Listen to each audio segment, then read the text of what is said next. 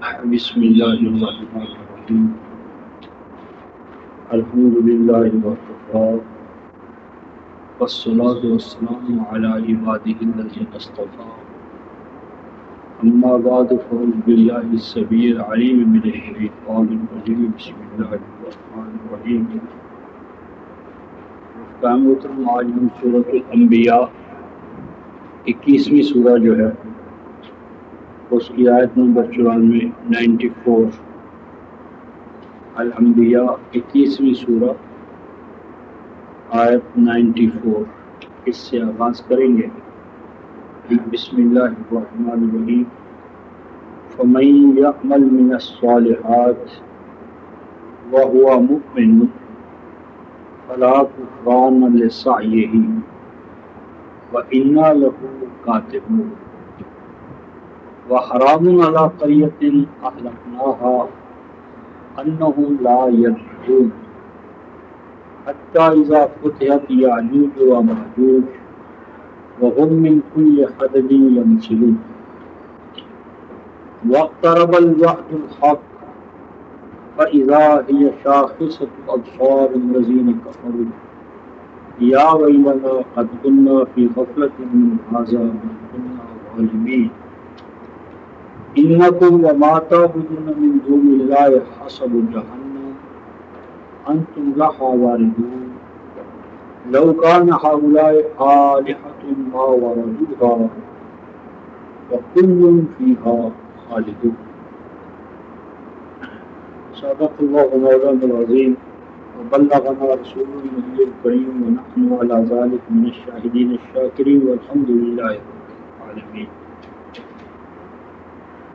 رفتان امتیں جو ہیں جب اللہ کے عطا کردہ امر کو حصوں بخروں میں تقسیم کر لیتی ہیں اور اپنی وحدت کو پارا پارا کر کے خود بھی فرقوں میں تقسیم ہو جاتی ہیں، تو اس صورت احوال کے بارے میں گفتگو جو تھی وہ کل ہمارے سامنے آئی۔ اب یہاں سے جو آیت نمبر 94 سے اللہ تعالیٰ اپنا ایک ضابطہ بیان فرماتے ہیں اور وہ ہے نجات کا راستہ، سعادت کا راستہ، کامیاب ہونے کا راستہ، کامیابی کا راستہ، اور بالخصوص ایسے دور میں کہ جس دور میں کتاب اللہ کی وحدت کو پارا پارا کرنے والی مذہبی پیشوائیت میدان میں متحرک ہو، تو ایسے حالات میں کرنے کا جو اصل کام ہے، اس سے ایک تو ہم نے سورہ آل عمران کی آیت نمبر 23 اور 24 سے کل اللہ تعالیٰ کی عطا کردہ حکمت عملی جو ہے اسے سمجھا تھا، اور اسی ضمن میں آج ہمارے سامنے کچھ نئے حقائق آئیں گے۔ ارشاد ربانی ہے بسم اللہ الرحمن الرحیم فمن یعمل من الصالحات، پس جو کوئی عمل کرے، کام کرے، اور کام جو کرے اس کا بیان ہے من الصالحات، ایسا کام جس سے صلاحیت پیدا ہوتی، صلاحیت، استعداد و صلاحیت، قوت، توازن، کہ جو کوئی کام کرے ایسا کام جس سے قوت و صلاحیت پیدا ہو، وَهُوَ مُؤْمِنٌ، لیکن شرط یہ ہے کہ وہ کام کرنے والا مومن ہو۔ سورہ الانبیاء آیت 94، وہ مومن ہو۔ مومن سے مراد کیا ہے؟ موحد، وہ موحد ہو، توحید سے گویا کہ وہ توحید پہ قائم ہو اور شرک سے بیزار عملی طور پر، اور یہ کہ وہ اقدار وحی پر یقین رکھتا ہو۔ مومن کے لیے دو شرطیں، توحید پر قائم ہو اور اقدار وحی کے کامل ضابطۂ حیات ہونے پر ایمان رکھتا ہو۔ فلا کفران لسعیہ، تو ایسے فرد کی جو جدوجہد ہے توحید کے بعد اور اقدار وحی کے مطابق، تو اس کی جدوجہد جو ہے وہ کبھی ہم رائگاں نہیں جانے دیں گے۔ فلا کفران، پس نہیں ناقدری ہوگی، لسعیہ، اس کی جدوجہد کی، یعنی اس کی جدوجہد جو ایمان یعنی توحید اور اقدار وحی کے مطابق ہوگی، ہم اس کو یقیناً نتیجہ خیز کریں گے۔ وَإِنَّا لَهُ قَاتِبُونَ، اور ہمارا تو یہ قانون ہے کہ ہم ایسے افراد کی ہر جدوجہد کو، محنت کو، عمل کو لکھنے والے، انا بے شک ہم لہو اس شخص کے لیے، اس کے اعمال کے لیے، کاتبون اس کو لکھ لیتے ہیں۔ تو جس طرح لکھنے کے نتیجے میں کوئی چیز محفوظ ہو جاتی ہے، ریکارڈ محفوظ ہو جاتا ہے، تو اسی طرح فرمایا کہ ہر مومن کے، موحد کے عمل کو محفوظ رکھنا اور اسے نتیجہ خیز کرنا، یہ ہماری ذمہ داری ہے۔ اس میں رفقائے محترم اس آیت جلیلہ میں 4 پوائنٹس ہیں جن کو ہمیں عضو کتاب اللہ معلوم ہونا چاہیے، 2 اور 2 4 کی طرح۔ سب سے پہلے صالحات، کہ اعمال صالحہ کون سے ہوتے ہیں؟ عام طور پر نماز، روزہ، حج، زکوٰۃ، ان کو ہم صالح اعمال کہہ دیتے ہیں، یا مذہبی اور شرعی اعمال کو صالح اعمال کہہ دیتے ہیں۔ تو اعمال صالحہ کے لیے ہمیشہ آپ سورہ الاعراف 7ویں سورہ جو ہے اس کی آیت 190 کو ہمیشہ سامنے رکھا کریں، تو اس میں کبھی بھی آپ کو اعمال صالحہ کے بارے میں چوک نہیں ہوتی۔ سورۃ الاعراف 7ویں سورہ ہے اور اس کی آیت 190۔ قرآن کے ساتھ ایک ظلم یہ ہوا ہے کہ قرآن کی جو اصطلاحات تھی تو اس کو کئی تو روایات کا پابند کر دیا گیا ہے، اور زیادہ تر ان میں ابہام داخل کر دیا گیا ہے، کلیئرٹی جو ہے یا کلیئر کٹ ہونا جو ہے وہ ختم ہو گیا۔ صالح کے اندر بھی یہی ہوا۔ مثلا یہ سورہ الاعراف آیت 190 میں اللہ تعالیٰ نے ارشاد فرمایا ہے کہ 2 میاں بیوی کوئی سے مثلا مثال کے طور پر دعا مانگتے، جب بچہ ہونے والا ہوتا ہے تو میاں بیوی دعا مانگتے ہیں، اور دعا یہ ہوتی ہے دعوا اللہ ربہما لئن آتیتنا صالحا لنکونن من الشاکرین، کہ اللہ اگر تو عطا کرے گا ہمیں صالحا، صالحا یہاں مراد ہے والدن صالحا، صالح بچہ۔ تو آپ ماں باپ کا، ابنائے آدم میں کوئی بھی مومن ہو یا کافر، ہر ایک کی تمنا کیا ہوتی ہے کہ اس کا بیٹا صالح ہو۔ تو اب صالح کا معنی نمازی نہیں، کیونکہ یہاں جو مانگنے والے ہیں وہ یہود بھی، نصارہ بھی، مشرکین بھی، ہر ابن آدم جو اللہ تعالیٰ پر کسی نہ کسی درجے میں اعتقاد رکھتا ہے وہ اللہ تعالیٰ سے اولاد مانگتا ہے، اور اولاد مانگتا ہے صالح۔ تو صالح اولاد کا معنی نمازی شرعی معنی میں نہیں، وہ تو ایک اوس پر زائد چیز آئے گی۔ آگے قرآن کہتا ہے فَلَمَّا آتَاهُمَا صَالِحًا، اور پھر جب ہم ان کو عطا کر دیتے ہیں ماں باپ کو صالح بچہ، یعنی وہ بچہ عطا ہونے پر ہی صالح ہوتا ہے۔ تو اب جو صلاۃ ہے، نماز ہے، وہ تو کم از کم 7 سال کے بعد یا 10 سال کے بعد یا بلوغت کے بعد فرض ہوگی۔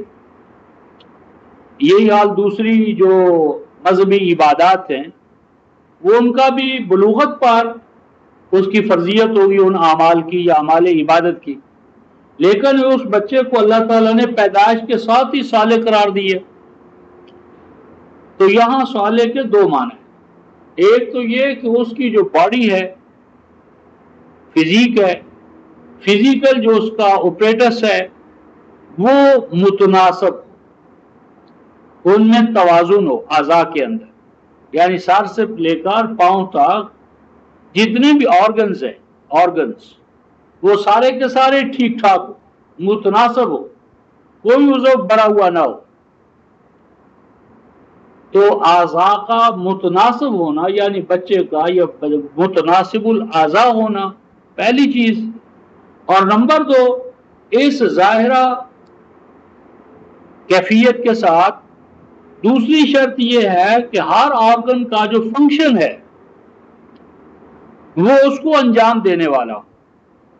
اگر مثلا آئی باز تو موٹے موٹے ہیں لیکن اس میں سائٹ یا ویژن نہیں ہے، کان تو ٹھیک ٹھاک ہیں لیکن قوت شنوائی نہیں ہے،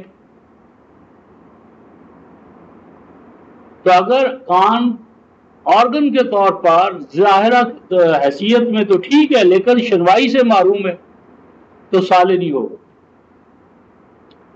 تو صالح کے اندر آئے گا فرد کے طور پر، تو یہ معنی ہوگا کہ فرد کے ذمے جو فرائض و واجبات ادا لگائے گئے ہوں ان کو وہ بجا لائے، اور اس آپریٹرز کے تھرو بجا لائے کہ جو اس کے لیے طے کر دیا گیا ہے، اور ان فنکشنز کو بجا لائے اس حیثیت میں، کیمیت میں، اس سیاق و سباق میں کہ جو مطلوب ہے اللہ تبارک و تعالیٰ کا۔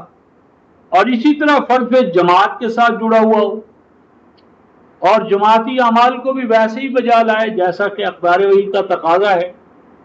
تو من الصالحات کا معنی ہوا ایسے اعمال رفقائے محترم جو دو چیزیں پیدا کریں، ذات انسانی میں، انسانی ذات کے اندر آگے بڑھنے کے لیے اس میں استعداد پیدا ہو، انسان نے آگے بڑھنا ہے، اور اگلی منزل جو ہے وہ حضور کتاب اللہ لقاء اللہ، اللہ تبارک و تعالیٰ سے ملاقات۔ ہر وہ عمل جو ہمیں لقاء اللہ کے لیے تیار کرے وہ صالح، اور جس سے ہم لقاء اللہ کے نصب العین سے پیچھے رہ جائیں وہ غیر صالح۔ اور اسی طرح پھر صالح جماعت کے حوالے سے، یعنی جماعت کا نصب العین اس کیا ہے؟ ایک ایسا معاشرہ قائم کرنا جو ہر طرح کے خوف اور حزن سے آزاد ہو۔ انفرادی سطح پر اعمال صالحہ وہ ہیں جو انسان کو اللہ تبارک و تعالیٰ کی مرضی کے مطابق ڈھلنے کا اہل بنائیں۔ قرآن کی اصطلاح میں نفس راضیہ وہ اعمال کہ جن کے بجا لانے سے انسان اللہ تعالیٰ کے مقصود کے مطابق ڈھل جائے، یعنی اللہ تعالیٰ کا جو مقصود ہے، مطلوب ہے مرد مومن، تو مطلوبہ پیمانے پر یا قالب پر یا پیٹرن پر ڈھالنے والے اعمال کہ جس کے نتیجے میں ذات انسانی نفس راضیہ بن جائے اور نتیجتاً مرضیہ ہو جائے کہ جب وہ اللہ تعالیٰ کے طے کردہ متعین کردہ اعمال کو بجا لائے گا تو اللہ تعالیٰ اسے راضی کرے گا، تو اس کو ہم کہتے ہیں نفس راضیہ و مرضیہ۔ اور جماعتی سطح پر اعمال صالحہ وہ ہیں کہ جن کو سورۃ البقرہ کی آیت نمبر 38 میں یوں فرمایا فَمَن تَبِعَ هُدَايَ فَلَا خَوْفٌ عَلَيْهِمْ وَلَا هُمْ يَحْزَنُونَ۔ معاشرے کو ہر خوف، ہر وہ چیز کی جسے قرآن نے خوف قرار دیا ہے، ہر وہ چیز جسے قرآن نے حزن قرار دیا ہے، ہر طرح کے خوف اور حزن سے پاک کر دینے والے اعمال۔ اور اس کے لیے ہمیں 24/55 کی روح سے خلافت کا قیام ضروری ہوگا۔ خلافت کے اندر تمکن ہوگا۔ ہر وہ عمل جو امت کو تمکن کی طرف لے جائے صالح ہے، ہر وہ عمل جو تمکن سے محروم کرے وہ غیر صالح ہے۔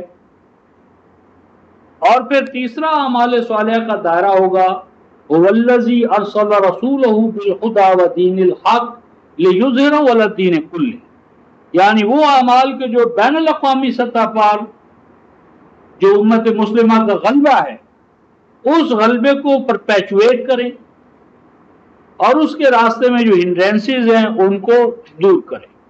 تو اس کے لیے یعنی اعمال صالحہ کا ایک چارٹ بنانا ہوگا، انفرادی طور پر، جماعتی طور پر اور بین الاقوامی سطح پر۔ انفرادی دائرے میں 3 حوالوں سے ہمیں اعمال صالحہ کا خاکہ بنانا پڑے گا۔ مرد مومن کی مینٹیلٹی یعنی ذہنیت، اعمال صالحہ سے کیسی ذہنیت ڈھلے گی، مینٹیلٹی آف مومن۔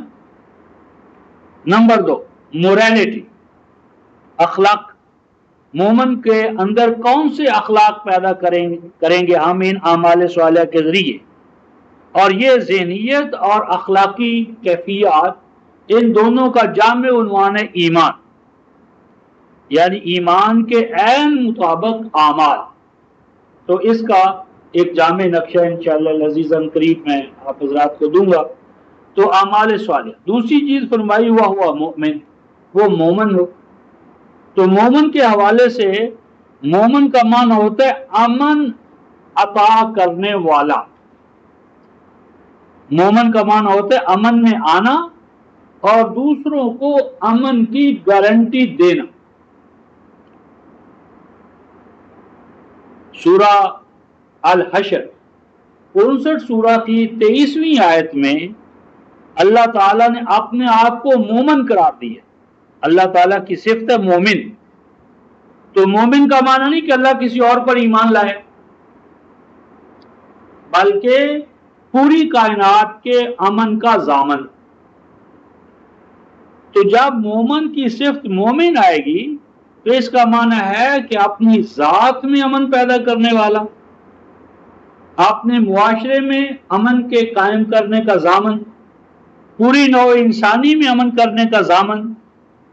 اور اسی لیے آپ کا جو مرکز محسوس ہے بیت اللہ، اس کے بارے فرمایا گا فمن دخلہ کان مؤمنا، کہ جو اس میں داخل ہو جائے، اس کی رکنیت اختیار کر لے، اس کے ساتھ ایسوسیٹ ہو جائے، اس کی ممبرشپ اسے مل جائے، تو اس کا رائٹ ہے، حق ہے، فریضہ ہے، اس کو مرکز کا فرض ہے کہ ایسے افراد اور اقوام کو امن یعنی سیفٹی اینڈ سیکیورٹی پرووائڈ کرے.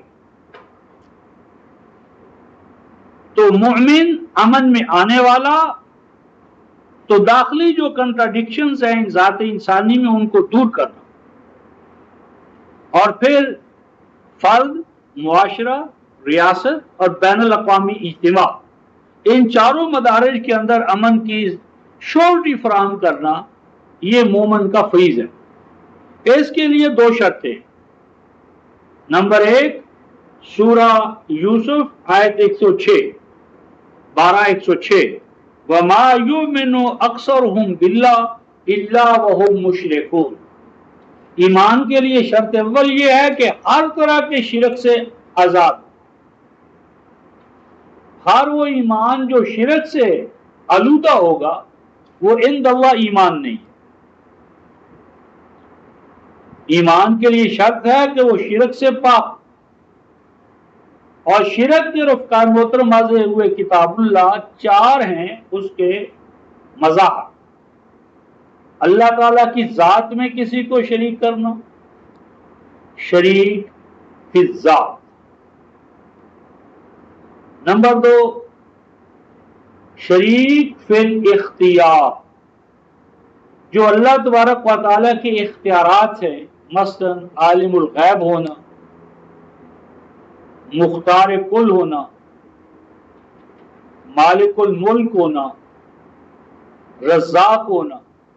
یعنی اللہ تبارک و تعالیٰ نے جو اپنی صفات خاصہ بیان کی ہیں، ان صفات کے اندر انبیاء کو، اولیاء کو، شجر حجر کسی کو شریک کرنا، یہ شرک فی الصفات. اللہ تعالیٰ کی صفات خاصہ میں کسی کو شریک کرنا، یہ ہے شرک فی الصفات. تیسرا شرک، شرک فی الحکم، کہ اللہ تبارک و تعالیٰ نے جو حکم نامہ فی الحکم، شرک فی الحکم، کہ جو حکم نامہ اللہ تعالیٰ نے قرآن کی شکل میں ہمیں عطا کیا ہے، اس میں کسی اور کی ایسی اڈلٹریشن، آمیزش یا ملاوٹ کہ جس کے نتیجے میں کتاب اللہ ماتحت ہو جائے اور انسان کی خود ساختہ آراء، تصورات، خیالات، قوانین، مین میڈ، انسان کے وضع کردہ بنائے ہوئے، وہ غالب آ جائے. یہ شرک فی الحکم ہے. اور اس شرک فی الحکم میں یہ امت سر سے پاؤں تک ڈوبی ہوئی ہے. اسی شرک فی الحکم کو قرآن حکیم نے شرک فی التشریع بھی قرار دی ہے. شرک فی التشریع. التشریع کا معنی ہوتا ہے شریعت سازی. شریعت سازی کا حق انسان کو قرآن نے نہیں دیا. شریعت سازی کل کی کل اللہ تعالیٰ نے اپنے لیے رکھی ہے. اس کے لیے حوالہ ہے سورہ شورى 42ویں سورہ جو ہے اس کی آیت نمبر 21. نبی ولی کوئی بھی فی ذات ہی مشرع نہیں ہے. شریعت سازی کا حق ایکسکلوسیولی اللہ کے ساتھ. اس شریعت کے سازی کے اندر نبی بھی اپنا کوئی اختیار نہیں رکھتا. نبی بھی امیر شریعت نہیں ہے. عضو قرآن مامور شریعت ہے. وہ شریعت گھڑ نہیں سکتا، بنا نہیں سکتا. ہاں اللہ کی جو ٹھہرائی ہوئی باؤنڈری لائنز ہیں ان کے اندر کیا کرنا، بائی لاس اپنے زمان و مکان کے لیے جو ایٹرنل نہیں ہوں گے، دوامی نہیں ہوں گے. جب تک وہ حالات رہیں گے ان بائی لاس پر مرکز ملت جو ہے وہ عمل درآمد کرائے گا. اور اگر حالات میں کوئی تبدیلی آ جائے گی تو ان کو تبدیل کر لیا جائے گا. یہ ہے شرک فی الحکم یا شرک فی التشریع. اور چوتھا ہے رفقائے محترم شرک فی العبادہ، شرک فی العبادت. اور شرک فی العبادت جو ہے 18ویں سورہ کی آیت 110 میں وَلَا يُشْرِكْ بِعِبَادَةِ رَبِّهِ أَحَدًا 18:110. شرک فی العبادہ سے مراد یہ ہے کہ بندہ اللہ تبارک و تعالیٰ کے سوا کسی اور کا محکوم نہ ہو. ان الحکم الا للہ، ان الحکم الا للہ. اللہ کے سوا انسان کسی کو اپنا حاکم نہ مانے. اور اللہ کو حاکم ماننے کا معنی یہ ہے کہ سورہ الانعام آیت 115 کہ اللہ تبارک و تعالیٰ نے جو قرآن ہمیں عطا کیا ہے اس کی حکومت قائم کی جائے.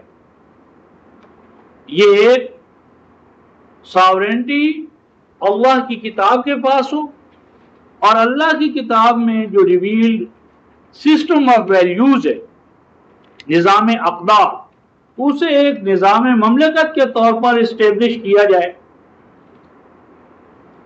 یہ چوتھا ہے. اور اگر قرآن کی جو اقدار ہیں ان کو نظام مملکت کے طور پر نافذ نہ کیا جائے، اگرچہ دعویٰ ہو کہ ہم قرآن کو مانتے ہیں، تو عذر قرآن یہ کفر ہے. سورۃ المائدہ آیت نمبر 44 کہ مَن لَّمْ يَحْكُم بِمَا أَنزَلَ اللَّهُ فَأُولَٰئِكَ هُمُ الْكَافِرُونَ.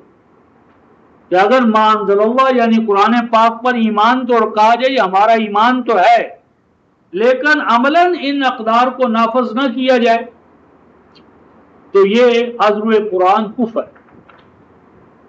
تو یہ تو بیان تھا سورہ یوسف آیت 106 کا. اب ایمان کی دوسری شرط ہے رفقائے محترم کہ ایمان توحید کے ساتھ ہوتا ہے، شرک کے ساتھ. وہ ایمان جو شرک کے ساتھ ہو وہ عند اللہ ایمان نہیں ہے. نمبر 2، ایمان دراصل ہے ایمان بالقرآن.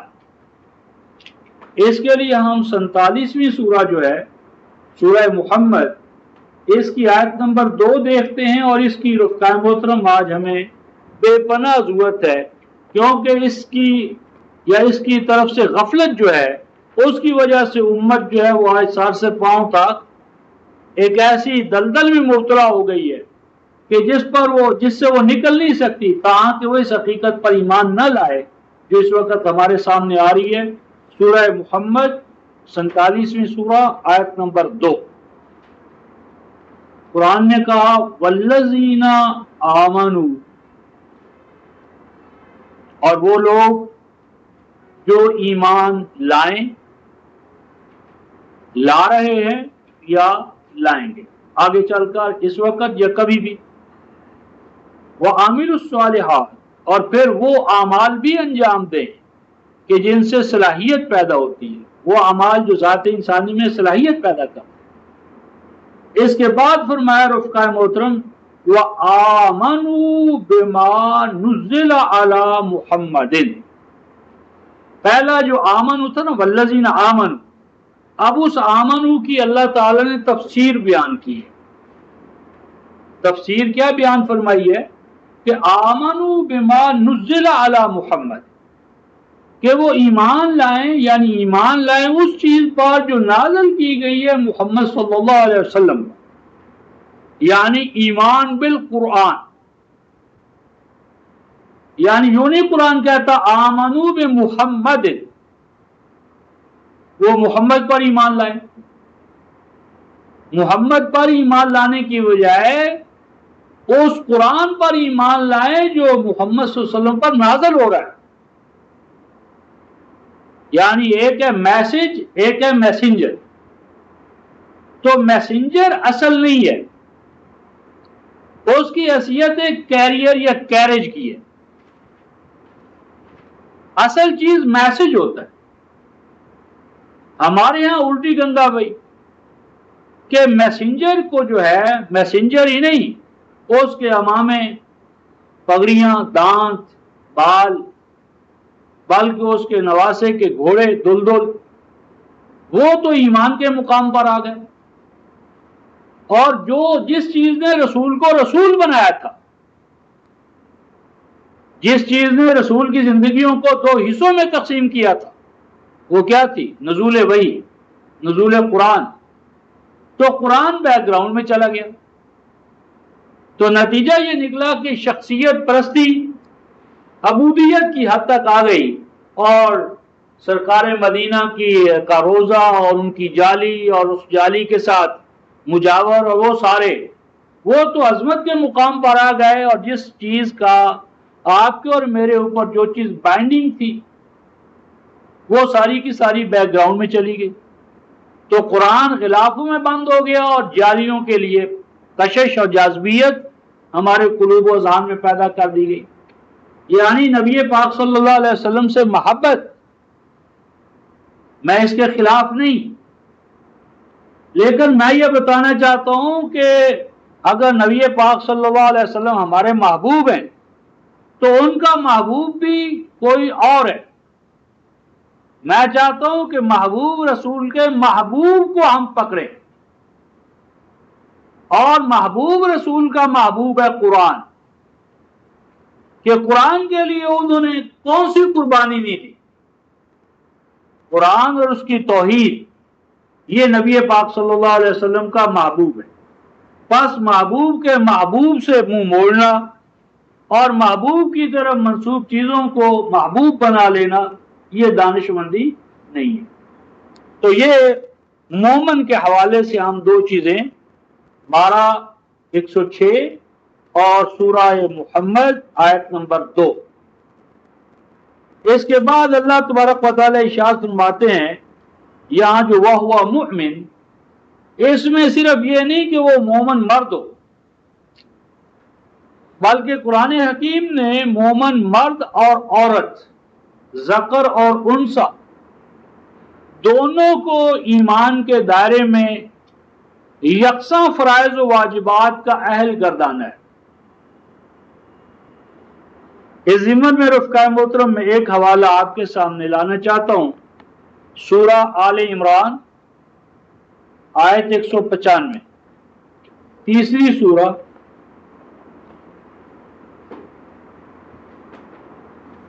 آیت 195.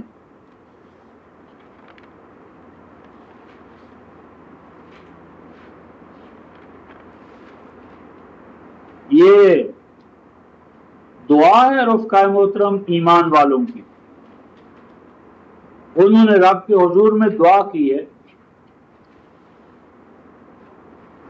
آیت 193 میں ربنا اننا سمعنا منادی ینادی للایمان، اے ہمارے رب، اے ہماری نشو نما کرنے والے، اے ہمارے پالن ہار، بے شک ہم نے سن لیا منادیت، ایک عظیم الشان مناد کو، منادی کرنے والے کو، محمد رسول اللہ صلی اللہ علیہ وسلم، ینادی للایمان، وہ منادی کر رہے تھے کس چیز کی؟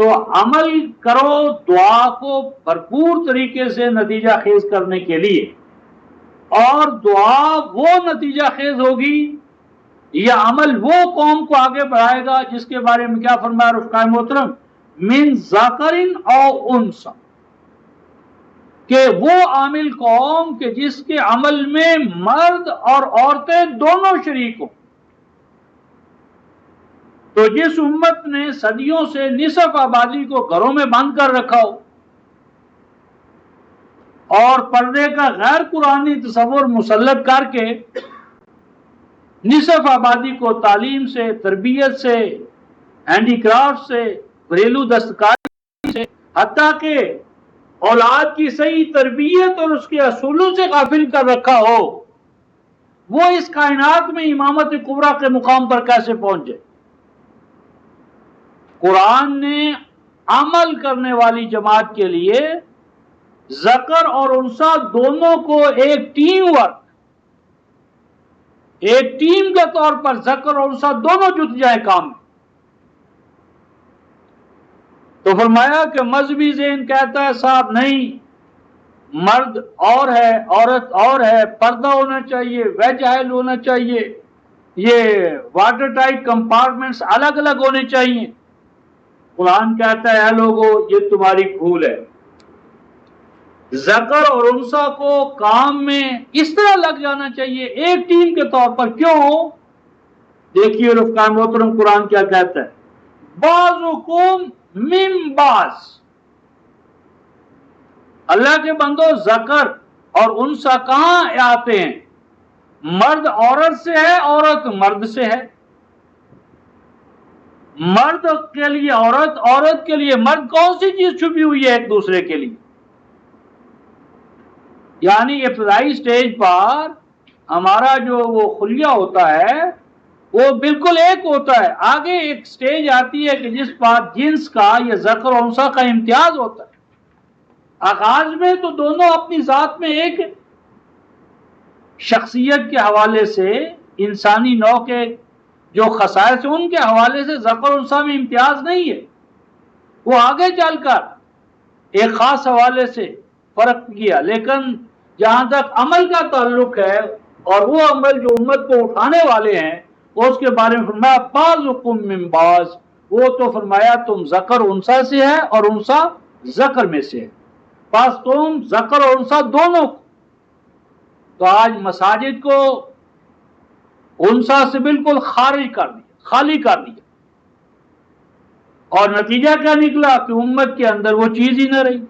حالانکہ نبی پاک صلی اللہ علیہ وسلم کی حیات طیبہ میں، خلافت راشدہ میں، ہماری مائیں بہنیں بیٹیاں مساجد میں، مراکز میں، جہاد میں، مجاہدوں کو پانی پلانے میں، زخمیوں کی مرہم پٹی کرنے میں، بلکہ زخمیوں کو رفقائے محترم سٹیچرز پر ڈال کر میدان قتال سے یعنی مرہم پٹی کے مقامات پر لانا، اس کے لیے مومنات ان کی بٹالینز یا ان کے دستے یا ان کے باقاعدہ یونٹس ہوتے تھے، اور وہ سارے کے سارے اس امت نے کتاب اللہ سے ہٹ کر ختم کر۔ تو بعضکم من بعض، ذکر اور انثیٰ دونوں کو ملت کو اٹھانے میں، بنانے میں، امت کو مقام محمود تک پہنچانے میں دونوں کو شریک کرو۔ آگے فرمایا رفقائے محترم فالذین ہاجروا واخرجوا من دیارہم واوذوا فی سبیلی وقاتلوا وقتلوا لأکفرن عنہم سیئاتہم، انہوں نے دعا مانگی تھی کیا؟ کفر عنا سیئاتنا، اور ہمارے اندر بھی دن رات یہی دعائیں ہیں، کفر عنا سیئاتنا وتوفنا مع الابرار۔ اللہ تعالیٰ فرماتے ہیں میں کب یہ کام کرتا ہوں؟ نمبر 1 فالذین ہاجر، اس کے لیے شرط ہے مہاجرت، ہجرت کرنا، اور ہجرت کے 2 دائرے ہیں رفقائے محترم، ایک ہے ہجرت فی اللہ اور ایک ہے ہجرت الی اللہ۔ ہجرت فی اللہ تو ہر اس چیز کو چھوڑ دینا جس سے اللہ تبارک و تعالی نے ہمیں روک دی ہے، یہ ہجرت دائمی ہے، یہ ہجرت دائمی ہے۔ ہجرت دائمی ہے ہر اس چیز سے رک جانا جس سے اللہ نے ہمیں روکا ہے. یہ یونیورسل ہے، عالمگیر ہے، ہر وقت میں یہ ہجرت جاری ہے، یہ قیامت تک اس ہجرت کو بھی ہم نے نہیں سمجھا. دوسری ہجرت ہوتی اللہ و رسول، یہ ہجرت ہوتی ہے جب کسی جگہ پر دارالاسلام قائم ہو جائے تو پھر ارد گرد جو دارالطاغوت میں رہنے والے ان کو پھر امت مسلمہ اپنے ہاں دعوت دے کہ تم آؤ ہمارے اندر، تم ہماری جماعت کے رکن ہو، تمہاری ہمارے پاس نیشنلٹی ہے. یہ ہے ہجرت اللہ. پہلی ہے ہجرت فی اللہ. ہجرت فی اللہ دائم ہے، ہجرت اللہ ہنگامی اور عارضی. تو دعا کی قبولیت کے لیے ہر اس چیز کو ترک کرنا ہوگا جسے اللہ تعالیٰ نے ہمیں ترک کرنے کا حکم دیا. نمبر 2، وَأُخْرِجُوا مِن دِيَارِهِمْ وَأُوذُوا فِي سَبِيلِي. نمبر 2، نکالیں وہ یا نکالے جائیں وہ ایک ایسا ڈسپلن اور نظام ہو کہ جس کے نتیجے میں وہ نکالے جائیں اپنے گھروں سے، اور وَأُوذُوا اور وہ تکلیف پہنچائے جائیں. کہاں؟ فی سبیلی، میرے راستے. یہ سبیل جو ہے رفقائے محترم یہ ہے قرآن پاک، سورہ الانعام آیت 155 اور سورہ یوسف آیت 108. سبیل ہے اللہ کا قرآن. تو اللہ کے قرآن کے لیے، سیکھنے کے لیے، سکھانے کے لیے، اسے دوسروں تک پہنچانے کے لیے اپنے گھروں سے نکلنا، دکانوں کو، کھیتوں کو، کھلیانوں کو، یعنی جو ہماری حیات دنیا کے لیے جو وسائل اور سبل ہیں ان سے ہٹ کر کتاب اللہ سیکھنے اور سکھانے کے لیے وقت دینا، یہ بھی شرط. اور وضو فی سبیلی سے مراد ہے توحید کو بیان کرنے کے لیے مشرکین کی طرف سے ایذا سہنا.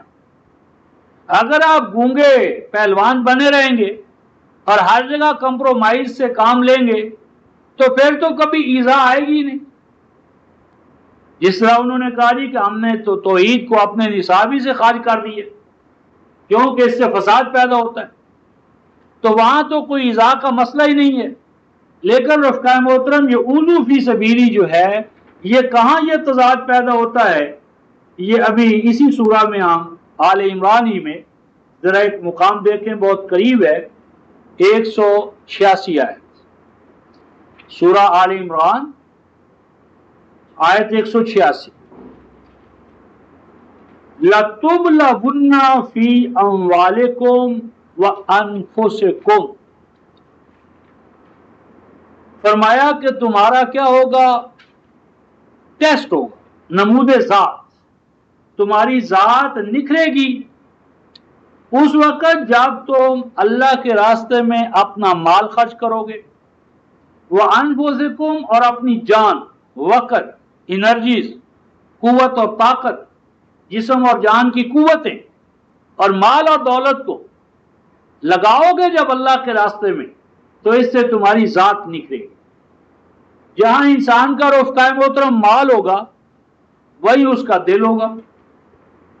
تو جب تک دین میں ہمارا سرمایہ، ہمارا پسینہ، ہماری جسم جان لگے گی نہیں تو دین کا عزیز ہونا ظاہر نہیں ہوگا. نمبر 2 فرمایا وَلَا تَسْمَعُنَّ، اے ایمان کا دعویٰ کرنے والوں تیار رہو، کیا؟ اور ضرور ضرور تمہیں سننا پڑے گا، سننے کے لیے تیار رہو کہ ان کی جانب سے من الذین اوتوا الکتاب من قبلکم، ان لوگوں کی جانب سے جو کتاب دیے گئے ہیں تم سے پہلے، یعنی یہود اور نصارہ. اب رفقائے محترم غور کریں کہ یہود تو چھوڑیں، نصارہ کو دیکھیں جن کے بارے میں ہمارا یقین ہے کہ وہ محرف بائبل لیے بیٹھے. تو وہ محرف بائبل کو پہنچانے کے لیے تپتے ہوئے صحراؤں میں، قطبین میں، آپ کے اور میرے گھروں کے سامنے، بلکہ ان کی عورتیں مبشرات ہمارے اور آپ کے گھروں میں آ رہی ہیں ابھی پچھلے دنوں دوست سے گئے آئے مری سے، تو مری کا مال روڈ جو ہے وہاں پر وہ عورتیں اور مرد دھرنا مار کر بائبل گھر گھر پہنچانے کے لیے، دائیں بائیں سیاحوں کو پہنچانے کے لیے، تو کیا ہمارے اندر بھی یہ جذبہ ہے؟ وہ محرف بائبل کو ہمارے گھروں تک پہنچا رہے ہیں اور ہم اللہ کے سچے کلام کو دوسروں تک تو ایک طرف رفقانوں اپنے مسلمان بھائیوں تک وہ پہنچا رہے، تو بازی کون لے جائے گا؟ یعنی محرف بائبل والا تو تبتے و صحراؤں میں پہنچے، اور آپ کے اور میرے لیے تھوڑی سی کوئی موسم میں تبدیلی آ جائے تو ہم دل دھڑکے کیسے ہوگا؟ تو قرآن کہتا ہے رفقائے محترم کیا ہوگا؟ ضرور ضرور تمہیں سننا پڑے گا ان لوگوں کی طرف سے جو کتاب دیے گئے، اور آگے سنا وَمِنَ الَّذِينَ أَشْرَكُوا، اور ان کی طرف سے بھی جن میں شرک آ گیا ہے، جو شرک کی میں نے 4 قسمیں بتائی ہیں، فرمایا جب بھی تم ان کے سامنے جاؤ گے توحید لے کر، کیا سننا پڑے گا رفق؟ اذن کثیرہ، اذن کثیرہ دل آزار بات۔ اگر رفقائے محترم قرآن کا بتایا ہوا کسی فرد یا جماعت میں شرک ہے اور آپ قرآن والی توحید بیان کرتے ہیں اور وہ مشرک دست سے مس نہیں ہوتا بلکہ خوش آمدید کہتا ہے، آپ کو ساروں کو اوپر بٹھاتا ہے، تو اس کا مطلب ہے کہیں نہ کہیں آپ یہ میں ڈنڈی مار رہے ہیں۔ لازم ہے کہ توحید اگر قرآن والی ہوگی اور قرآن والا مشرک ہوگا تو دونوں میں کشمکش کا ہونا لازم ہے۔ اذن کثیرہ، آگے قرآن کہتا ہے وَإِن تَصْبِرُوا وَتَتَّقُوا فَإِنَّ ذَلِكَ مِنْ عَزْمِ الْأُمُورِ، اگر تم ان مشکلات کے سامنے پہاڑ کی طرح کھڑے ہو گئے، وَتَتَّقُوا اور میرے قوانین کے ساتھ جڑے رہے، ہم آہنگ ہو گئے، فَإِنَّ ذَلِكَ مِنْ عَزْمِ الْأُمُورِ، تو ایسا کرنے کے نتیجے میں تمہارے اندر وہ قوت و طاقت پیدا ہو جائے گی کہ تم اپنا نظام مملکت، نظام حکمرانی قائم کرنے کے اہل ہو جاؤ گے۔ میری بات یہ تھی رفقائے محترم کہ اودو فی سبیلی، اللہ کے راستے میں، قرآن کے راستے میں پہنچانے کے راستے میں، اس کی تبلیغ کے راستے میں ایذاؤں کا آنا لازم۔ فرمایا وَقَاتَلُوا وَقُتِلُوا، اور ایک سٹیج وہ بھی آئے گی کہ تمہیں قتال کرنا پڑے گا، دفاعی قتال ہے، قرآن میں اوفینسو قتال نہیں ہے، قرآن میں قتال دفاع کے حوالے سے ہے۔ سورہ الحج آیت نمبر 22-41 میں ان اللہ یدافع عن الذین آمنوا، ایمان والوں کو دفاع کرنے کی اجازت دی ہے، اوفینس کی نہیں۔ تو یہاں جو ارشاد فرمایا رفقائے محترم کے قاتلوا وقتلوا لأکفرن عنہم سیئاتہم، تو ان کی بدحالیاں ہم دور کریں گے اور ان کو ہم ایسے سرسبز و شاداب علاقوں میں داخل کریں گے، جنات کہ تجری من تحت الانہار، کہ ان کے نیچے، ان کے ماتحت، ان کی سیرابی و شادابی کے لیے دریا رواں دوا ہوں گے۔ اور یہ سارا امر رفقائے محترم حیات دنیا میں ہے۔ آگے فرمایا ثوابا من عند اللہ واللہ عنده حسن، یہ ہے اللہ کی طرف سے ثواب۔ ثواب کیا ہوتا ہے؟ ثواب غیر مری نہیں ہوتا جو نظر ہی نہ آئے، ثواب ہیں جنات تجری من تحت الانہار، ثواب ہے حیات عرضی کے اندر تمکن، حیات عرضی کے اندر وراثت، سرسبز و شاداب علاقوں کا والی و وارث بنایا جانا، یہ دین کا ثواب ہے۔ اور عذاب قبر کو ٹالنے والا، عذاب قبر کے بچھوؤں کو، سانپوں کو دور کرنے والا، یہ مذہب کا ثواب۔ ثواب کا مفہوم ہی تبدیل ہو گیا۔ آپ کسی سے پوچھیں بھئی ثواب کیا ہوتا ہے، کہتے بدلہ ملے، بدلہ کیا ہوتا ہے؟ ثواب ملے گا۔ تو ثواب کا یعنی جتنی بھی قرآن کی دین کی ٹرمنالوجی ہے وہ اپنی معنویت کھو بیٹھی ہے، ابہام آ گیا۔ ثواب کا صحیح ترجمہ ہے رفقائے محترم ری ایکشن، جس طرح کا ایکشن ہوگا اسی طرح کا ری ایکشن ہوگا۔ اسی لیے قرآن نے ثواب کو حسن ثواب اور بیست ثواب، اچھا ثواب اور برا ثواب، اگر ثواب ہمیشہ اچھا ہی ہو تو نعمت ثواب کہنے کی ضرورت نہیں۔ اور اس ضمن میں آپ 83 سورہ جو ہے سورہ تطفیف، اس کی آیت نمبر 36 کو ہمیشہ سامنے رکھا کریں۔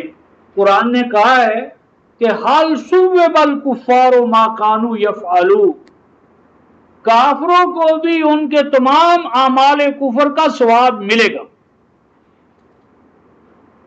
یعنی ثواب صرف نیک نہیں ہوتا، ثواب بد بھی ہوتا ہے۔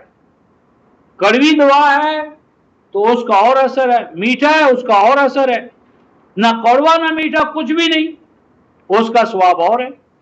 تو ثواب ہے جیسا عمل ویسا اس کا نتیجہ، عمل کے عین مطابق اس کا نتیجہ، یعنی ایکشن اور ری ایکشن۔ تو جیسا ایکشن ہوگا ویسے ہی اس کا ریوارڈ یا ری ایکشن ہوگا۔ تو یہاں آیت رفقائے محترم کے قرآن کی روح سے ذکر اور انثی، مذکر اور مؤنث دونوں کو عضو کتاب اللہ جماعت کی فلاح کے لیے وقف ہونا چاہیے، وقف ہونا پڑے گا، ورنہ صرف مرد ہی مرد اگر رہے کام میں اور نصف آبادی کو ورک شاپ سے، معامل سے، مسانے سے دور رکھا، مساجد سے دور رکھا، مراکز سے دور رکھا، مدارس سے دور رکھا، تو امت فلاح کا چہرہ نہیں دیکھ سکے گی۔ اسی ضمن میں رفقائے محترم وہ جو دعا کے حوالے سے بات آئی تھی، تو ایک اور حوالہ دیکھ کر آگے بڑھتے ہیں۔ اگلی سورہ میں دیکھیں آیت نمبر 75، سورہ النساء، سورہ النساء چوتھی سورہ آیت نمبر 75۔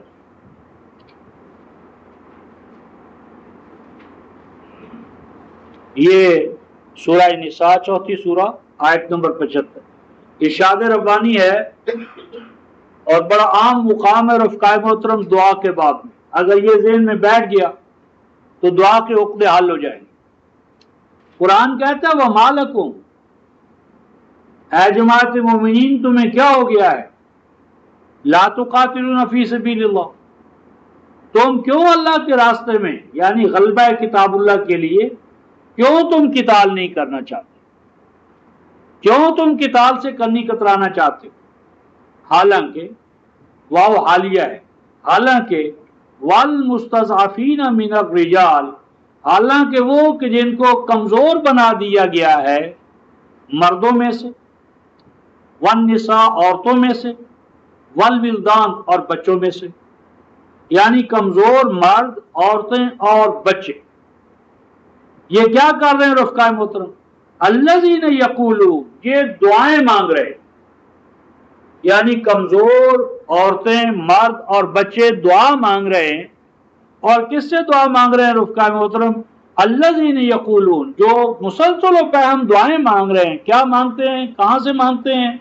ربنا، اے ہمارے پروردگار، اخرجنا، نکال تو ہمیں، من ہذہ القریہ، اس بستی سے، الظالم اہلھا، کہ جس کے رہنے والے، جس کے باسی، جس کے حکمران، جس کے باشندے ظلم پر کمر بستہ ہو چکے ہیں، ظلم کے سوا جن کے پاس کوئی اور پیغام نہیں ہے۔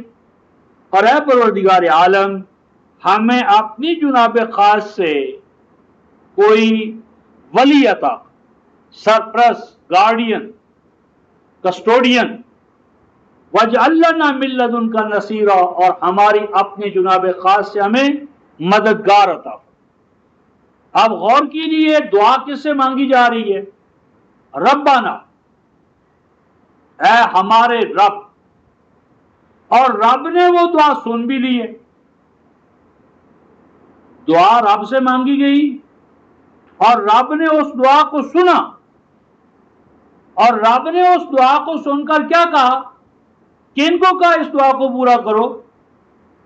ما لکم، اے مومنو تمہیں کیا ہو گیا؟ ایسا کیوں ہو رہا ہے کہ یہ دعائیں عرش پر جا رہی ہیں؟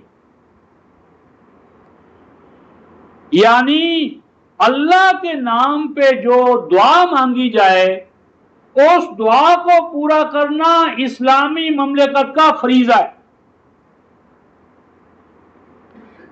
قرآنی مملکت وہ آپریٹرس ہے کہ جس کے توسط سے اہل ایمان کی دعائیں یعنی مانگیں پوری ہوتی ہیں۔ آج کیا ہو گیا؟ امت یتیم ہو گئی، 50 خود مختار راستوں میں تقسیم ہونے کے باوجود ایک بھی قرآنی مملکت نہیں ہے۔ تو اس وقت دعائیں مانگنے سے زیادہ اہم بات قرآنی مملکت کا قیام ہے۔ تو وہ قرآنی مملکت پھر ان دعاؤں کا عملی جواب ہے، جس طرح کے قرون اولا میں ہم نے دیکھا کہ اگر دیبل کے مقام پر کسی نو مسلم نے، مرد یا عورت نے استغاثہ دائر کیا تو سینٹرل جو ایریاز کا وائسرائے تھا حجاج بن یوسف، وہ فوراً میدان میں نکلا اور محمد بن قاسم دعا کا جواب بن کر آئے۔ تو میری بات یہ تھی کہ دعائیں عملی نظام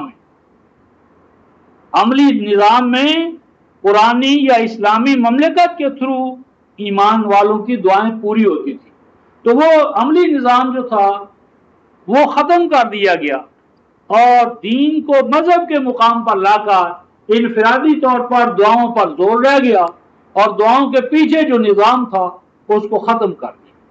تو یہ رفقائے محترم مسئلہ تھا ایمان کے حوالے سے، وہ ہوا مؤمن۔ تو ایمان کے یہ 3 مراحل اور مدارج جو ہے نا ہم نے دیکھے۔ اس کے بعد اب آیا فلا کفران لسعیہ، تو ایسی جماعت کی جو جدوجہد ہے وہ کبھی رائے گاں نہیں جائے گی۔ یہ سورہ الانبیاء کی آیت 94 پر ہم ہیں، فلا کفران لسعیہ، تو اس کی جدوجہد، فلا کفران لقول ہی نہیں فرمایا رفقائے محترم، قول کی اللہ نے ضمانت نہیں لی، بلکہ قول کا تو اعتبار ہی نہیں ہے۔ وَمِنَ النَّاسِ مَن يَقُولُ آمَنَّا بِاللَّهِ وَبِالْيَوْمِ الْآخِرِ وَمَا هُمْ بِمُؤْمِنِينَ، نرا قول تو معتبر ہی نہیں اللہ کے ہاں۔ تو اللہ تعالیٰ کس چیز کو رائے گاں نہیں جاتے رفقائے محترم؟ رائے گاں نہیں لسعیہ، جدوجہد کو۔ اور اس حوالے سے رفقائے محترم ہم کفر کی جدوجہد جو کائنات فطرت کے حوالے سے ہو وہ بھی رائے گاں نہیں جاتی۔ یعنی اگر کوئی شخص اللہ کو نہیں مانتا لیکن کائنات فطرت کو مانتا ہے، قوانین فطرت کو مانتا ہے، یعنی نام اس کا ہرنام سنگھ ہے، لیکن کائنات فطرت میں پنہا قوانین کو، اقدار کو، پیمانوں کو جانتا ہے، مانتا ہے اور اس کے مطابق جدوجہد کرتا ہے، تو 17/19 میں فرمایا کہ ایسے کافر کی جدوجہد کو بھی ہم حیات عرضی میں رائے گاں نہیں جانے دیں گے۔ لیکن اگر نام عبداللہ ہے اور قوانین فطرت کا انکار کرتا ہے، استہزاء کرتا ہے، ان سے پہلو تہی کرتا ہے اور اللہ کا نام جپتا ہے، تو ایسا آدمی محروم رہے گا۔ یعنی ہرنام سنگھ قوانین فطرت کو جاننے کی وجہ سے اور ان پر عمل کرنے کی وجہ سے اپنی جدوجہد کا بھرپور نتیجہ لے گا، اور عبداللہ اگر اقدار جو کائنات فطرت کا انکار کرے، عملاً اس سے پہلو تہی کرے، تو اس کو کچھ نہیں ملے گا۔ اس ضمن میں جس طرح رفقائے محترم 17-19 ہمارے سامنے ہے، اسی طرح سورہ الرعد 13ویں سورہ جو ہے اس کی آیت نمبر 14 ہم دیکھتے ہیں۔ سورہ رعد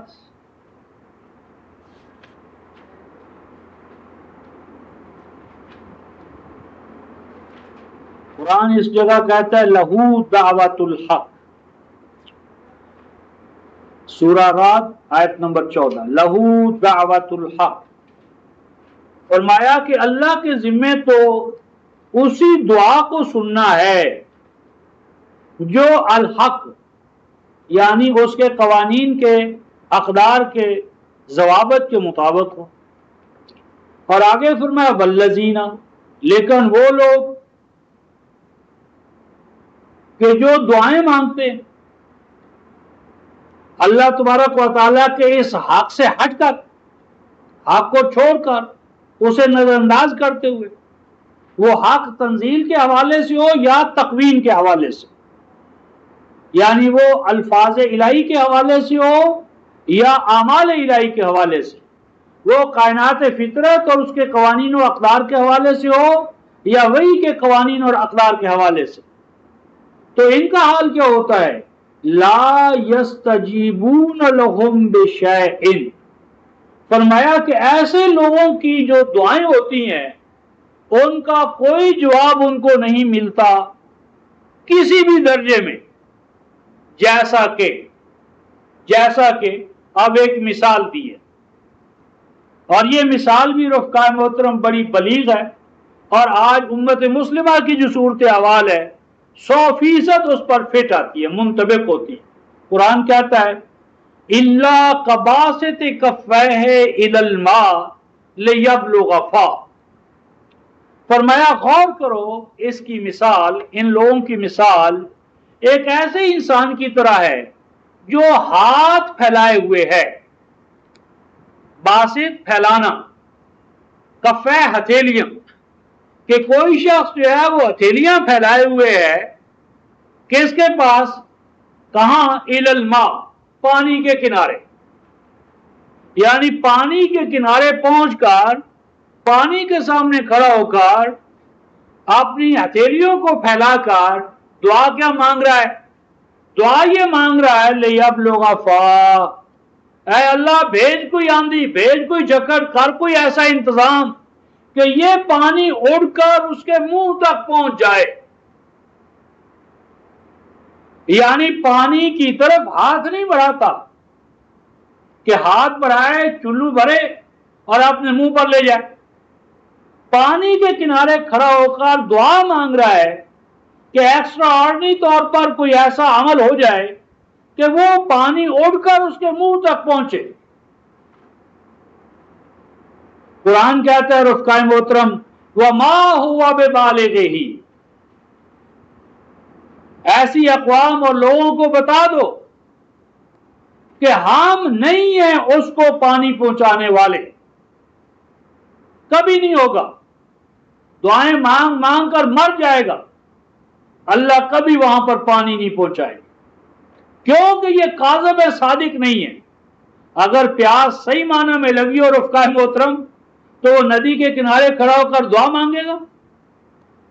پیاسا تو پانی کی تلاش میں بھاگم بھاگ، کبھی ادھر جا رہا کبھی ادھر، وہ تو شراب کو پانی سمجھ لیتا ہے، تو یہ پانی کے کنارے کھڑے ہو کر دعائیں مانگ رہے۔ اور آگے قرآن کہتا ہے رفقاء محترم وَمَا دُعَاءُ الْكَافِرِينَ إِلَّا فِي ضَلَالٍ، ایسے کافروں کی دعائیں تو ہمیشہ رائے گاں جاتی ہیں، یہ ہیں کافر، یعنی ہر چیز جو جس کے تھرو آ سکتی ہے، جس قاعدے قانون کے حوالے سے اس کی اچیومنٹ اللہ نے ٹھہرا دی ہے، اس کو پامال کرنے والا کافر ہے۔ جس طرح میں نے پہلے مثال دی تھی کہ شادی کرتا نہیں اور بیٹا مانگتا ہے، فتوحات کا طالب ہے اور فتح و کشاد کے لیے قوانین اور اقدار وحی ان پہ وہ چلتا نہیں۔ قرآن حکیم میں رفقاء محترم سورہ آل عمران کی آیت 165 میں غزوہ احد کے حوالے سے ایک عملی مثال دی ہے کہ نبی بنفس نفیس موجود، صحابہ کرام موجود، یعنی نبی اور صحابہ، ان کے بعد ہی امت آئے گی، پہلے تو آ نہیں سکتی، تو وہاں قرآن کہتا ہے کہ نبی موجود اور صحابہ سے غلطی ہوئی، ایک گروہ جتھے سے غلطی ہو گئی تو اس غلطی کا نتیجہ پوری جماعت کو بھگتنا پڑا۔ ایسا نہیں ہوا کہ نبی کا سایہ ہمارے سر پر ہے، کہتے تھے 71 میں 65 میں کہ لاہور پر تو علی اجمیری کا سایہ ہے، اس کو کیا نقصان پہنچ سکتا ہے؟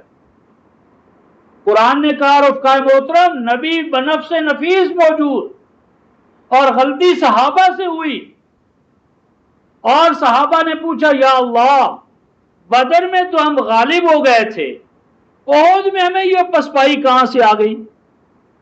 تو سورہ آل عمران کی آیت نمبر 165 میں بتایا ہوا من عند انفسکم کہ یہ پسپائی کہیں باہر سے نہیں، اللہ نے نہیں بھیجی، یہ تمہاری اپنی جماعت کی کارستانی تھی، یہ خود تمہاری اپنی پیدا کردہ تھی، تمہاری اپنی بنائی ہوئی تھی، اس میں تمہاری جماعت کا، افراد کا اپنا عمل دخل تھا۔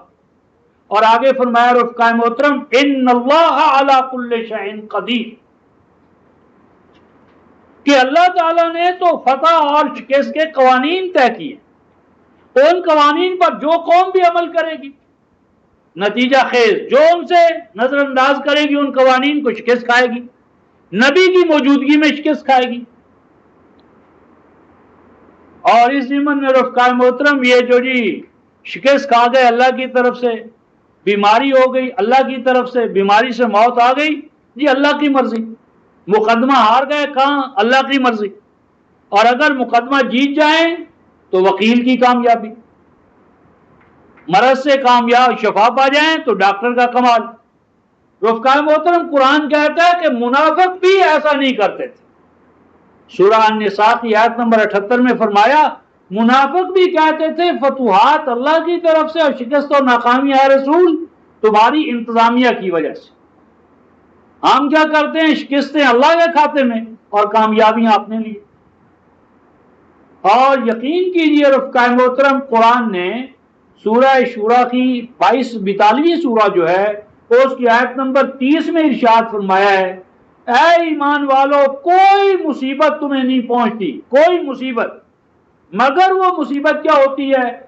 بما کسبت ایدیکم، ہر مصیبت انسان کی اپنی کمائی ہوتی، فرد کی یا جماعت کی۔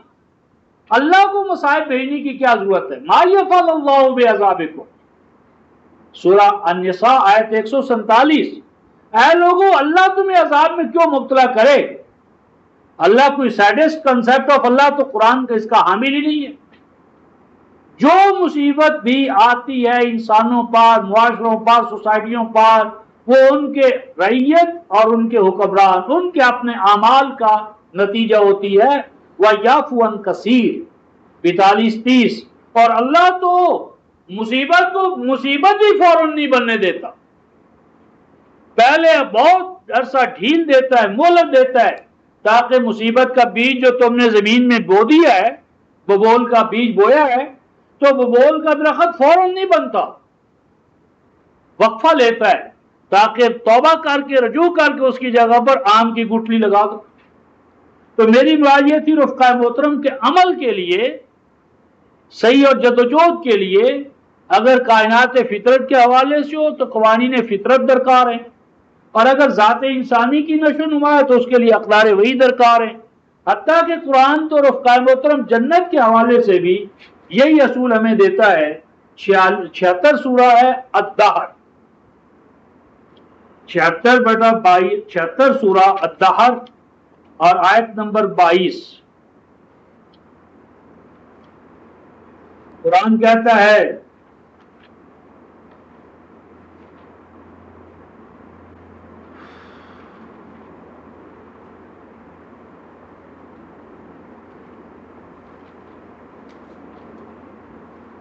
جنت میں جو کچھ بھی انسان کو ملے گا، آیت نمبر 22 سورہ الدہر 76 سورہ، ان ھذا کان لکم جزاء، یہ سب کچھ جو تمہیں مل رہا ہے یہ کیوں مل رہا ہے؟ فرمایا یہ بدلہ ہے، جزا ہے۔ اور آگے قرآن نے کہا رفقائے محترم وَقَانَ سَعْيُكُمْ مَشْكُورًا، اور ہم نے تمہاری جدوجہد کو جنت بغیر جدوجہد کے نہیں، کانا سعیکم، اور تمہاری جو جدوجہد ہے، عمل تھا جنت کے لیے جو تم نے کیا، وہ ہم نے اس تمہارے جدوجہد کا، عمل کا کیا کیا رفقائے محترم؟ شکر، مشکور۔ ایک تو اردو میں ہم کہتے ہیں جی بھائی دوست یہ میرا کام کر دے، اور میں آپ کا بڑا مشکور ہوں گا، یہ غلط ہے. مشکور کا یہ استعمال غلط ہے. مشکور تو ہوتا ہے رفقائے محترم جس کا شکر کیا جائے، شکر بجا لایا جائے. جس طرح مقتول جسے قتل کیا جائے، مقبول جسے قبول کر لیا جائے. تو مشکور تو یہ ہوا کہ میرا کام بھی کرو اور پھر میرے شکر گزار بھی بنو. تو یہ مشکور کا غلط استعمال. اس جگہ پر ہونا چاہیے شکر گزار، میں آپ کا شکر گزار ہوں گا. شکر کیا ہوتا ہے رفقائے محترم؟ ہم نے تو شکر تسبیح کے دانوں پر لے آئے. رفقائے محترم عرب صحرائی قوم اور پھر مہمان نواز اور سیٹلڈ لائف ہے نہیں، تو وہ کیا کرتے تھے اپنے کھونٹے یا خیمے کے ساتھ ایسی گائے بھینس تو ان کے اس معنی میں تین ہی جیسے ہند میں ہے، تو بکری، بھیڑ، ناکا، اونٹنی، گائے جو زیادہ دودھ دینے والی ہوتی تھی، ذات اللبونہ، اس کو وہ اپنے خیمے کے ساتھ باندھ رکھتے تھے کہ ادھر مہمان آئے اور اسے چارہ ڈالیں اور اس کا دودھ دو لیں. اور جب وہ ناکا، اونٹنی، بکری چارہ کھا لے، چارہ کھائے اور اپنے پستان دودھ سے بھر لے، تو اس کیفیت کو عرب عرب کہتا تھا شاکرت نجشات، بکری نے میرا شکر کیا. شکر کیا تھا کہ جس کا چارہ کھایا، چارہ کھا کر اس کے ایوارڈ میں اس کو دودھ دیا. شکر ہے کسی چیز کو فروٹفل بنانا، نتیجہ خیزی، اپریسیشن، قدر افزائی. لیکن یہ اپریسیشن اور قدر افزائی وہی ہوگی جو قاعدے قانون کے مطابق ہو. جو قاعدے قانون کے مطابق عمل نہ ہو اس کی کوئی اپریسیشن بھی نہیں ہوتی، ریوارڈ بھی نہیں ہوتا. اب یہاں بھی ایک رفقائے محترم غلط فہمی ہے مذہبی ذہن میں. وہ کہتے ہیں کہ جہاں تک جنت کا تعلق ہے یہ اللہ کے گریس سے ملے گی، عمل سے نہیں. یعنی جنت جو ہے اس کے بارے میں ہمارا تصور مذہبی ذہن کا یہ ہے کہ جنت آپ کو عمل سے نہیں ملنی. جنت تو ملے گی آپ کو کس طرح؟ فضل سے. اصل میں یہ رفقائے محترم کرسچینٹی کا تصور ہے. سینٹ پال کے زیر اثر عیسائیت نے لا کو، شریعہ کو لعنت قرار دی ہے اور کہا کہ شریعہ سے ایمینسیپیشن یا نجات یا سالویشن نہیں، یہ ہوگی بائی گریس آف اللہ، اللہ کے فضل سے. اور اللہ کے فضل کا مظہر کون ہے؟ اللہ کا اکلوتا بیٹا کہ جس نے اپنی جان صلیب پر دے کر تمام نوع انسانی کے گناہوں کا فدیہ دے دیا ہے. بس عیسائیت کا تصور جنت یہ ہے کہ جنت عمل سے نہیں ملنی، اللہ کے فضل پر ایمان لاؤ، یعنی گریس پر. جی بڑا لکھا جائے گا، گریس میں جی بڑا، کیونکہ یہ ظاہر کرتا ہے اس کا اکلوتا بیٹا. تو اللہ اس کے اکلوتے بیٹے کے فدیے پر ایمان لاؤ گے جنت ملے گی، ورنہ جنت نہیں ملے گی. اسی عیسائیت کے زیر اثر ہمارے اندر یہ عقیدہ آیا ہے کہ جنت عمل سے نہیں ملنی، جنت تو اللہ کے فضل سے ملے گی. اسی لیے ہمارے شاعروں نے کہا کہ عدل کرے تے سب نہ پکڑے. اگر اللہ عدل کرنے پر آ گیا تو سب کو پکڑ لے گا سوائے یحییٰ کے. تے فضل کرے تے بخشے، اور جب اللہ اپنے فضل پر آئے گا تو سب کو بخش دے گا. تو یہ چونکہ جنت کے بارے میں نے قرآن آپ کے سامنے پیش کی ہے کہ جنت ہے انسان کی جدوجہد کے نتیجے میں. حتیٰ کہ اسی سورہ دار میں آپ پڑھیں گے جنت کی نہریں بھی مومنوں کو خود کھودنی پڑیں گی. اور خاص طور پر یہ جو تصور ہے رفقائے محترم کہ جنت عمل سے نہیں فضل سے ملے گی، چونکہ یہ غیر قرآنی تصور ہے اور اس نے نہ صرف اللہ کی شریعت کے خلاف سازش ہے بلکہ اللہ تعالیٰ کا جو کلام ہے اس کی نگیشن ہے۔ اس لیے میں چاہتا ہوں کہ اس ضمن میں آپ کے سامنے دو حوالے رکھ دوں تاکہ جب بھی کوئی ایسا مسئلہ آئے، بات چیت کا موقع آئے، تو وہاں آپ اللہ کے قرآن کی ترجمانی کر سکیں۔ یہ سورہ زخرف ہے رفقائے محترم، 43ویں سورہ، 43 سورہ زخرف،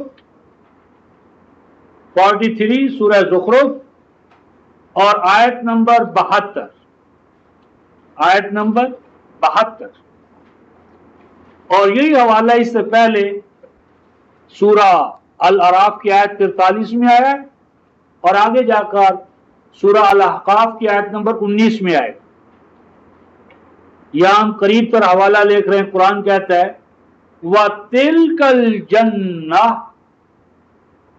ایمان والوں کو جب جنت عطا ہوگی یا عطا ہونے کا وقت آئے گا تو ان سے کہا جائے گا کہ اے ایمان والو، یہ ہے وہ جنت، تِلْكَ الْجَنَّةُ، یہ ہے وہ جنت کہ جس کا وہاں تھا تم سے وعدہ کیا گیا تھا، اور یہاں پر ہے کہ جس کا تمہیں والی و وارث بنایا جا رہا ہے۔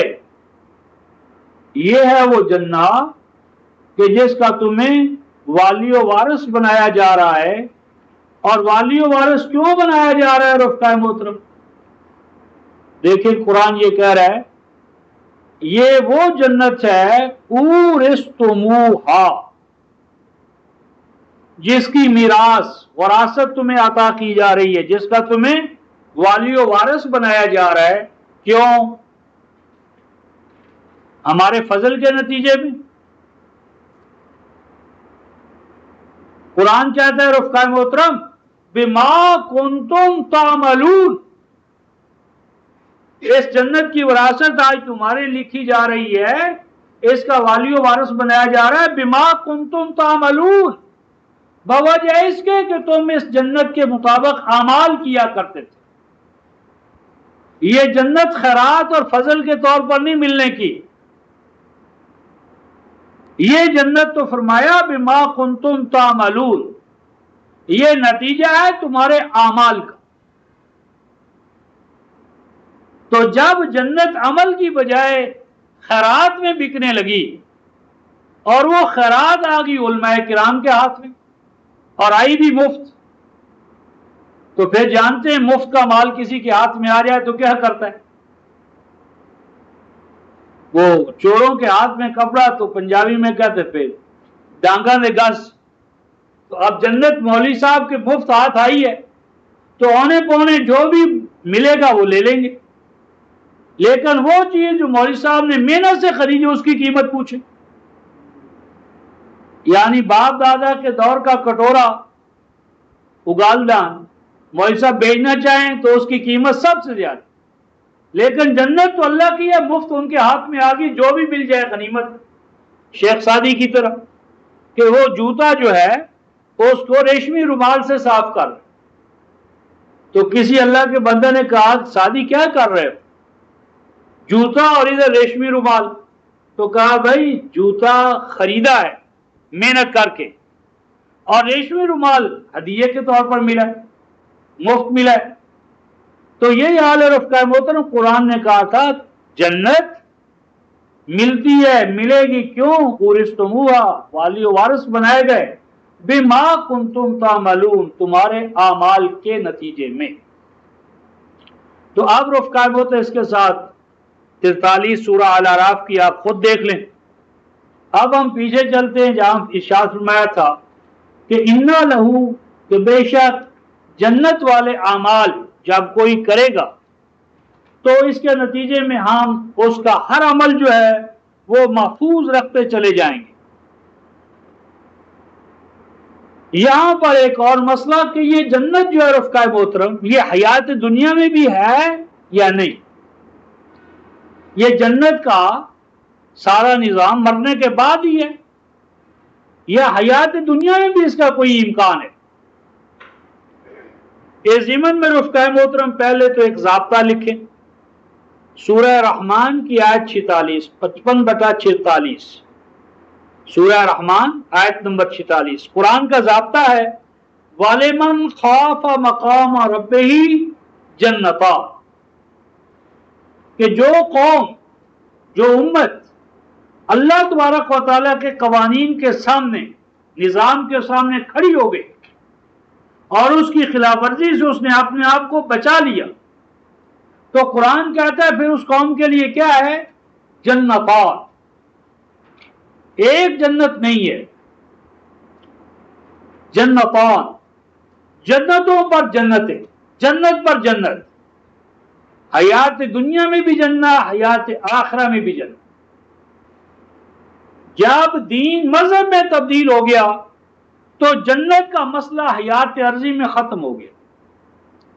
حیات عرضی میں تو وہی بات ہوگی، خوار ہیں، بدکار ہیں، ڈوبے ہوئے ذلت میں ہیں، اور آخرت کی جنت ہمارے انتظار میں ہے۔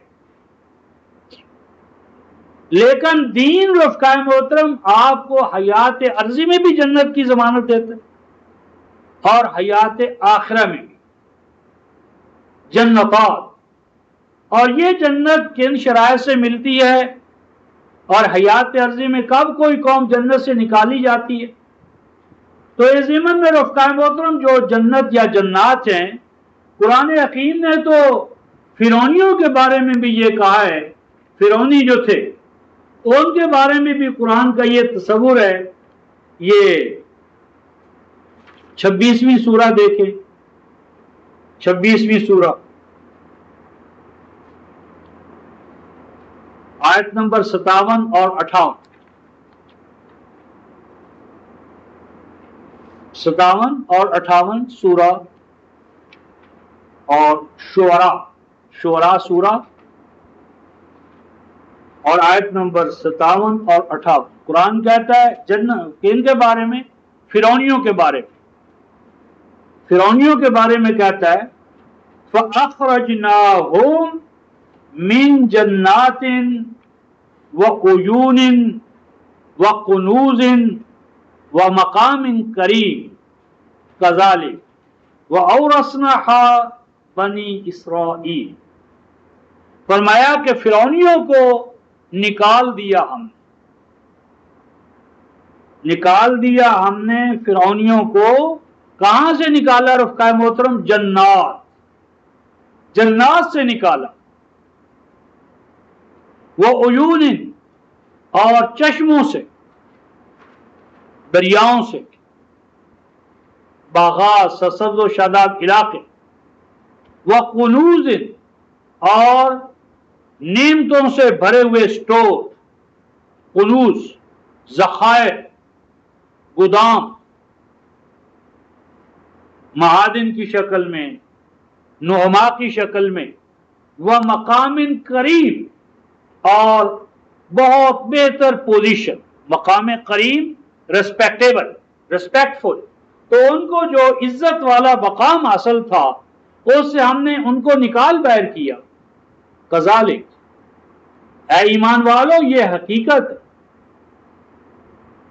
یہ حقیقت وَأَوْرَثْنَاهَا بنی اسرائیل، اور ان تمام چیزوں کا ہم نے والی و وارث بنایا بنی اسرائیل۔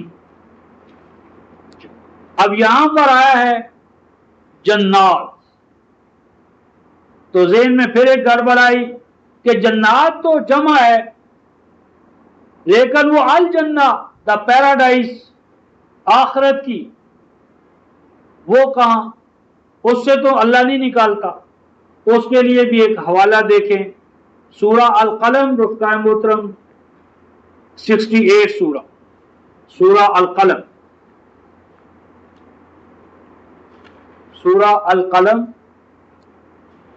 سورہ القلم میں رفقائے محترم قرآن نے